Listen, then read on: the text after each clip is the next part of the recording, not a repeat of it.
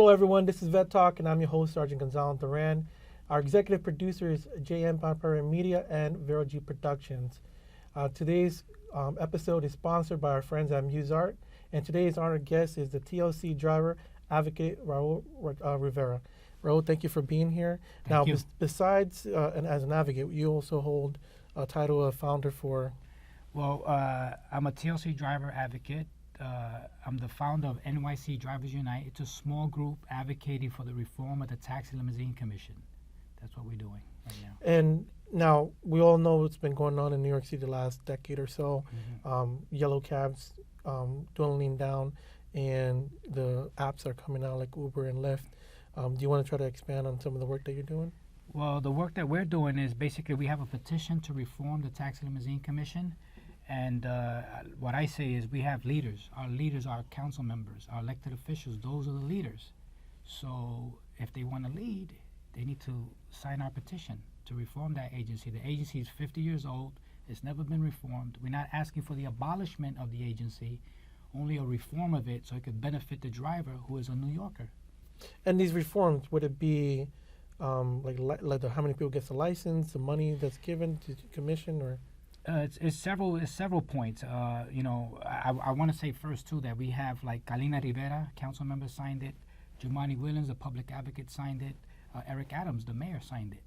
But they're not standing by their name, so we're advocating a little rough, and we try to hold them accountable for the petition they signed. They put their name on that petition, and we want them. We want to know that their names mean something. That's what it is, and. The agency is it's overregulated. It's overregulated with the drivers. There's too much. In 2016, they wanted to pass some rules where the driver can't ask out the passenger.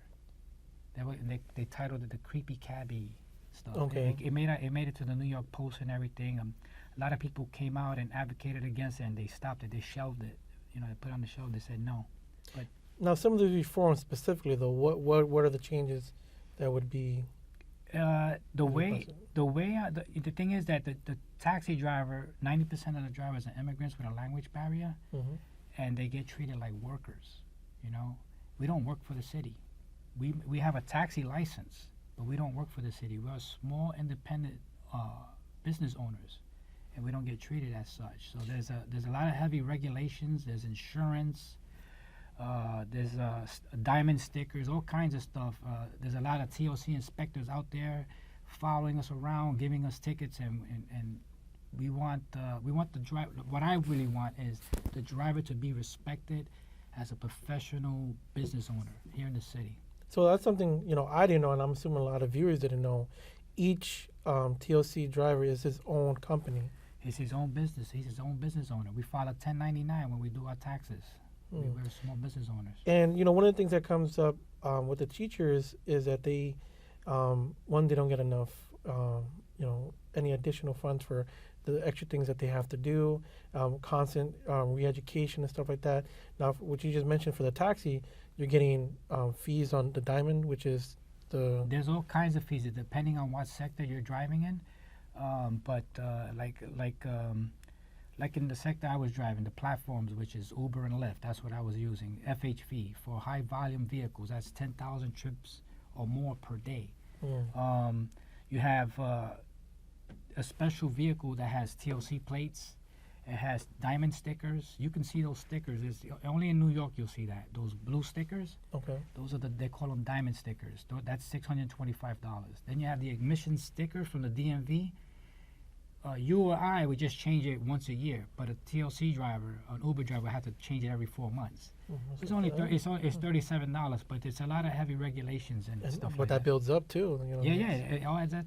It all adds up. I made one year I made 105,000. Another year I made 85,000. 109,000. You make a lot of money, but when you start taking all the expenses out, it's almost like $15 an hour. Yeah, and then with gas going up and et cetera. So. And the tolls and the gas and the wear and tear in the vehicles, so it all adds up. The tires, and you have a lot of you write all that off, and the end of it, it's like making $600, $700, $800 a week. It's not doable. It's very hard. Now, who would you say is the biggest opponent of the TLC. The biggest opponent in sense of The reason why, let's say, the numbers have dwindled, because I remember I used to see yellow tags everywhere, Right. even green There's- ones. I don't see green ones often that much. well, when the greens in 2013 when they wanted to put the greens out, it was to help the outer boroughs. Hmm. They call them transportation deserts because the yellows wouldn't pick up there. You know what I mean? Then you had the livery bases, but it didn't take off because people don't in the outer boroughs they don't like meters. They're not comfortable with the meter. They like the livery bases because it's a set pay. You know, you're going from A to B, $20, $30, whatever it is. But in the outer boroughs, they didn't like. I think it wasn't popular. They tried to put out 18,000 of the greens, and they never did. I think right now it's like around 600, maybe 800. Mm. It dwindled way down. When it comes to the yellows, they never passed 15,000, and I think maybe half of them are on the road, not all of them. A lot of the banks, you know, they foreclosed on the medallions and they took them back. I heard Citibank had, I don't know what year, this was a few years ago, Citibank had like 40 medallions. So there's a lot of banks that own those medallions. Now, once again, I've only dealt with TLC, getting hailing a cab or an accident driving. Oh, I see his card in the front. But taxi, limousine, and Taxi Limousine Commission. Now, yellow cabs, green cabs, the limousines, is there any other? The black car. The black car service. Yeah, the black car. That's basically like Uber. That's FHV. And now that Uber and Lyft has increased their numbers, what can we do to try to get? I've always been in favor of the TLC and I see that as an average person trying to work and live and stuff like that. How would we go about to try to increase those numbers if those changes and those elected officials don't go for them? Like, would us using Uber less help the yellow cabs or the TLC more? What else could we do? What my petition has is we asked for a cap on the license plate, Okay. right? Which already happened. That already happened. Now, I had other groups that advocated for that, and it happened. Our petition was created in 2018, and it has that. But it also has a point where we wanna cap the driver license, the TLC driver license. So you want to cap it on both ends, because right now anybody can just go apply for a TLC license. They follow the steps and they get the license. But it's basically what I tell most of the elected officials. I tell them, when you're a company like Uber and you have an unlimited supply of workers, you don't have to respect them. And that's why there's an issue with deactivation. A lot of the drivers get deactivated. And that also devalues the license. So let's say we have, the numbers fluctuate. So let's say we have 175,000 drivers, licensed drivers, right? I want to protect that in the sense where you have 175, we cap it on the top. Every year, at the end of the year, there's going to be drivers that are going to quit, they're not going to renew, they're going to lose their license, whatever. Let's say 5,000. So we'll replenish them from the bottom, from a waiting list. So there'll be a waiting list with 5,000 drop out, we'll replenish them. Some people think that if we put a cap that you can't become a TLC driver, and you can. You just got to get on a waiting list. And this will bring value back to the license. This would also get the attention of the rideshare companies. They're gonna think twice before they start deactivating drivers. You know what I mean? That's a very important thing. I think that needs to be done. But the taxi limousine and the city, it's a city agency. It's $250 for that license. They're making a killing on just that license alone. They make a lot of money. Now, I never really thought about like how many on both sides were, or even capping before our conversation, because when it comes to, like, let's say the school educational system, there's a cap on the charter schools, right? Why didn't they put a cap on how many, the separation between Uber and the app services for taxi, and because it looked like they just turned their back on the regular taxi drivers. Yeah, what happened? There was a lot of money at play. There was a lot of people making money. There's 4 leasing companies. One's called Buggy, Fast Track Mobility, American Lease, and there's one more. Tower. So they were basically, before the cap of the plate, they were pumping out between 1,700 to 2,000 vehicles a month. That's why you were seeing so many vehicles in the streets. But the city council and everybody started complaining, and they decided, and de Blasio he really wanted to go after Uber and Lyft, and they put a cap on the license plate, right? And they kind of put a stop to that. Do you feel that there was any, let's say, dynamic changes when COVID hit for the? Oh yeah, definitely. There was everybody started everybody that was renting, they gave their cars back. Most drivers, I want to say 70% of the drivers, they own their own plate. The plate belongs to them. But like myself, I never had my own plate. What I did was I rented vehicles from the fleet companies, which I agree with renting. It's just sometimes they just get out of hand with the prices. But I rented my vehicle. When COVID hit, I kept driving. I drove through COVID. Would you give us a little more background on your driving experience? Well, I started in 2016. I used to tell all the drivers, get all the apps. I did Juno, Lyft, Uber. I got over 23,000 trips. I love it. I love driving. I love crossing bridges. I was born and raised in New York. I'm a native New Yorker. I love my city, and I just love crossing bridges, going through tunnels, and listening to my music, picking up passengers, and having conversations and stuff like that. It's really something that I enjoy. I haven't done it in over a year, and I miss it. That's one of the joys I have is when I'm traveling. Sometimes I jump in a cab, having a conversation one-on-one with somebody. Whether it be in the middle of the night saying, "Hey, are you finishing your night?" or you're starting it, and then finding out the whole story on back and forth. I appreciate the work that you're doing. Is there anything that you want to see happening besides the amendments you're trying to make on those bills? Do you have any work that you're working on? Well, we have some bills that were drafted for the benefit of the driver. One of the bills is from Ruben Diaz Sr. It's a 2018 bill where you put a panic button in the car. So if the driver is getting robbed at gunpoint or he's being held up, he can secretly, quietly press it. It sends a distress call to the precinct, and it gives a location where the driver's at, and they can arrest the person and probably save the driver.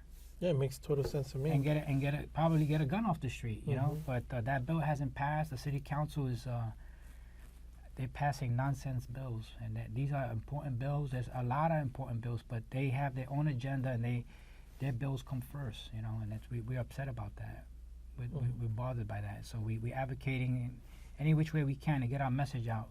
But unfortunately, it looks like we're going to have to head to the courts. That's what it looks like. And your advocacy is pretty up there. I mean, you have a good following that goes around your work. Would you tell us some of the? Well, we started before even Facebook and TikTok was popular. We started 5-6 years ago, and we started just little by little doing our videos. What I say is I do my own reporting, my own editing, my own everything, because my own advocating. We go to City Hall and we testify because there's a lot of people that are not putting out information, or at least what we want to put out, So we make sure that we get certain points put out there. And that's a key factor on what you want to put out there, because a lot of things that are happening, we're pretty blasé about it. Like, we don't really get the full information on both sides. That's one of the things that we try to bring guests here so that we can get. Yeah, we appreciate that. Now, with a situation like that, how will the audience reach you in their media? Well, they can find me on social media easily. Just you go on Google and you type TLC Driver Advocate Raul Rivera, or you can find us at NYC Drivers Unite, and we're on TikTok. You go to Raul Rivera 125, and you'll see us pop up. We're all over. We're on YouTube too. Is there anything else that you want to start working on that you may not have touched that so far? We're focusing on the lawsuit, because we want to control the money. If we're a small business owner, we should be able to control the money. He who controls the money controls the business. That's what we say. And the separation of that you guys have on that, what is it? Well, separation for that money. Like, where is it you guys losing out on that money? Drivers get paid per mile per minute. The taxi limousine commission has been granted permission by the city council to control the minimum. They set that per mile per minute. Uber can charge whatever they want to the customer. We're gonna get whatever the customer pays. We're gonna get the per mile per minute. So Uber could charge whatever. They also have the surcharging when it's high demands.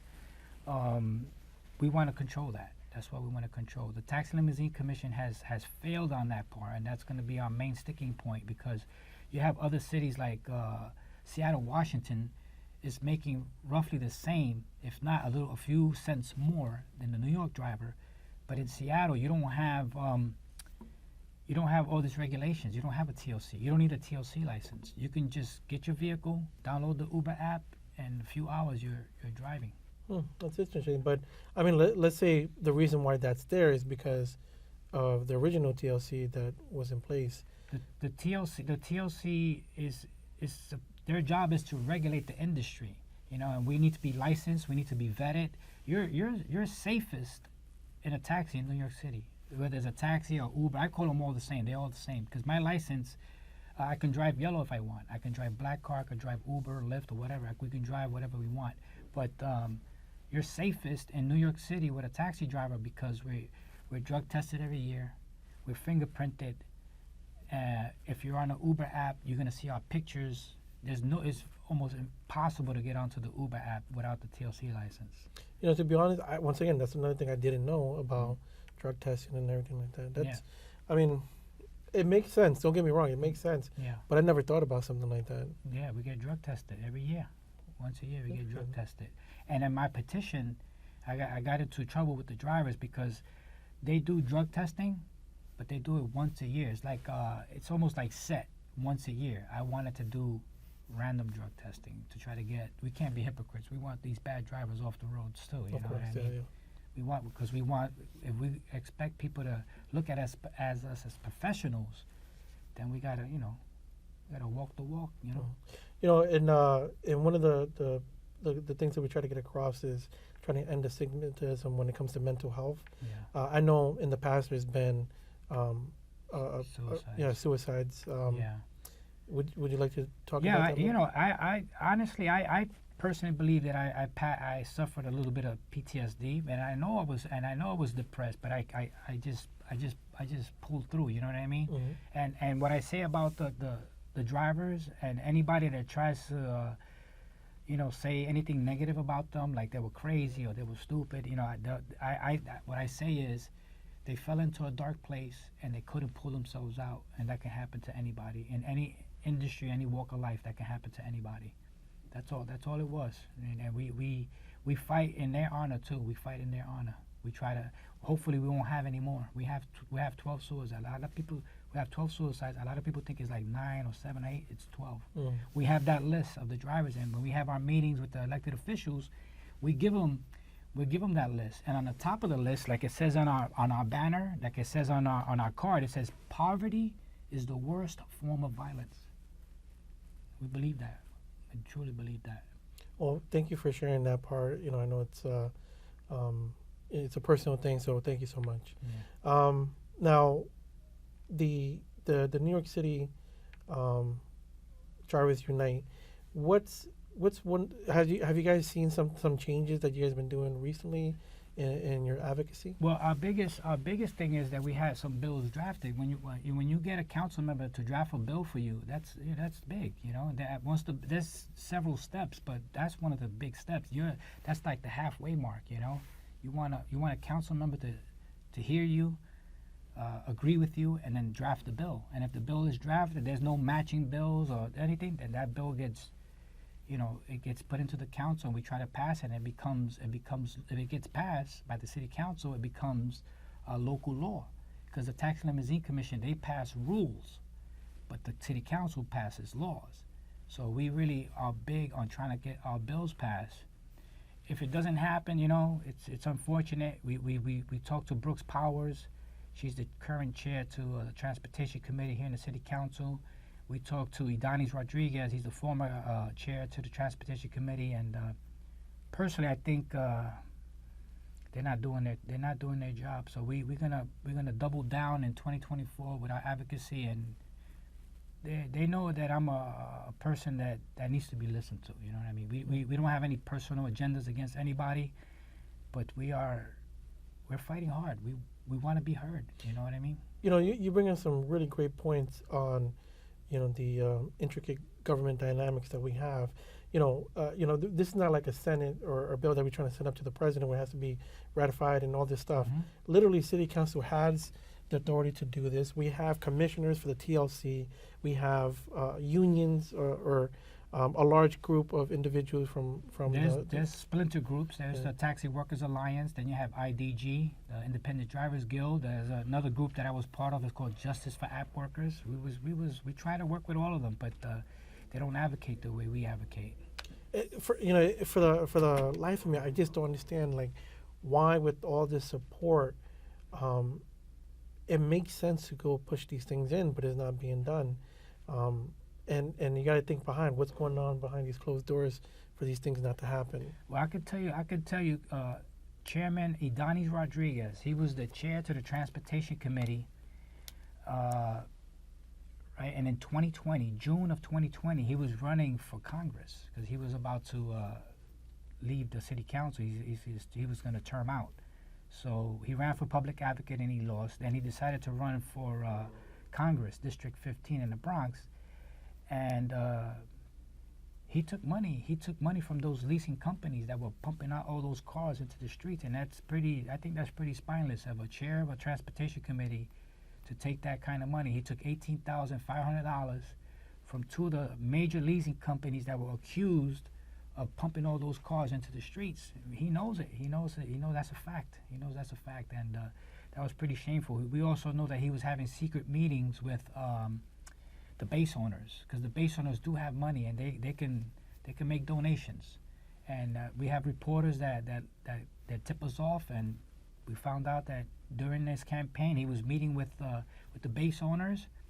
We didn't see any money exchanged, but when we tried to get a meeting with him, it was very hard. We got some meetings with him, but I had to pull some teeth to get some meetings, and he signed our petition. And just so the audience that may not understand, we're talking about like maybe we are talking about elected officials that are most likely getting these sponsors for their campaign, in which they should be fighting against, but they're probably being lobbied to that direction. Yeah, so they listen to the follow the money, follow the money. You know, it's unfortunate. It's unfortunate because we got good bills. I mean, they're passing some really silly bills in the council. They just passed a bill last year. The bill was for composting, and everybody was giddy about it. The council member Sandy Nurse was ecstatic. They passed a bill for composting, but here we have a bill where you can put a panic button in a vehicle that could potentially save a driver's life. Well, I remember a couple of years ago, one of the biggest parties that I've seen was one for the styrofoam or the things that you put in. I'm like, there might be a little bit bigger things going on in our city. Let me tell you about my council member that was voted out. And her name is Margie Velasquez. She's Puerto Rican. She was voted out. We tried to support her. I voted for her, but she tanked bad. She tanked bad, and the district got her out of there. And now we have a Republican council member. Her name is Christy Marmorato, and we hope that she's going to do the right thing. I was at her office today. I missed her, but we're trying to connect with her and get the support and do the right thing. Velasquez, I don't know if you go to McDonald's, but if you go to McDonald's, you have to ask for napkins, ketchup. They don't give you any of that stuff now, because she passed a bill called Skip the Stuff. That was the name of the bill, like skip the stuff, meaning if you want ketchup, you have to ask for it. If you want napkins, you have to ask for it. You're not gonna, supposing that's gonna help the environment, and it's gonna, green, everything green. And we're gonna be left without food. Keep making everything so green. Now, just to jump back on the taxi, the green vehicles. The green taxis. Now, was that meant to be for the environment, or was that just a color? No, scheme? the green is just another sector. There's several sectors: the green sector, the black sector, the yellow sector. the FHV sector. It's just another sector. But the yellows came out in 2013. It was basically to help the outer boroughs because the yellows are actually supposed to pick up everywhere. You're supposed to see yellows everywhere in all the boroughs. But as a native New Yorker, I'm not ashamed to say, I mean, how do I say this? I'm not afraid to say that they discriminated. They just wanted to stay in Manhattan, go to the airport, back and forth. That's it. They wouldn't want to go to the outer boroughs. And then when Uber and Lyft came in, everybody has a smartphone, and that's why it just took off. It just took off. You didn't have to, the drivers were questioning where you're going, and if they didn't like where you was going, they would just say no. And and it's one reason why the dynamic has changed so much. Now, just for the audience, one more time, if they wanted to reach out to you, how would they go about doing that? If you want to reach out, I'll even share my phone number. My phone number is 347-573-7818. You can find us on X at NYC Drivers Unite. You can find us on TikTok, Raul Rivera 125. And for the audience that would like to be on Vet Talk, feel free to reach out to us at CEO@DevilDogUSAInc.org. And as always, God bless America.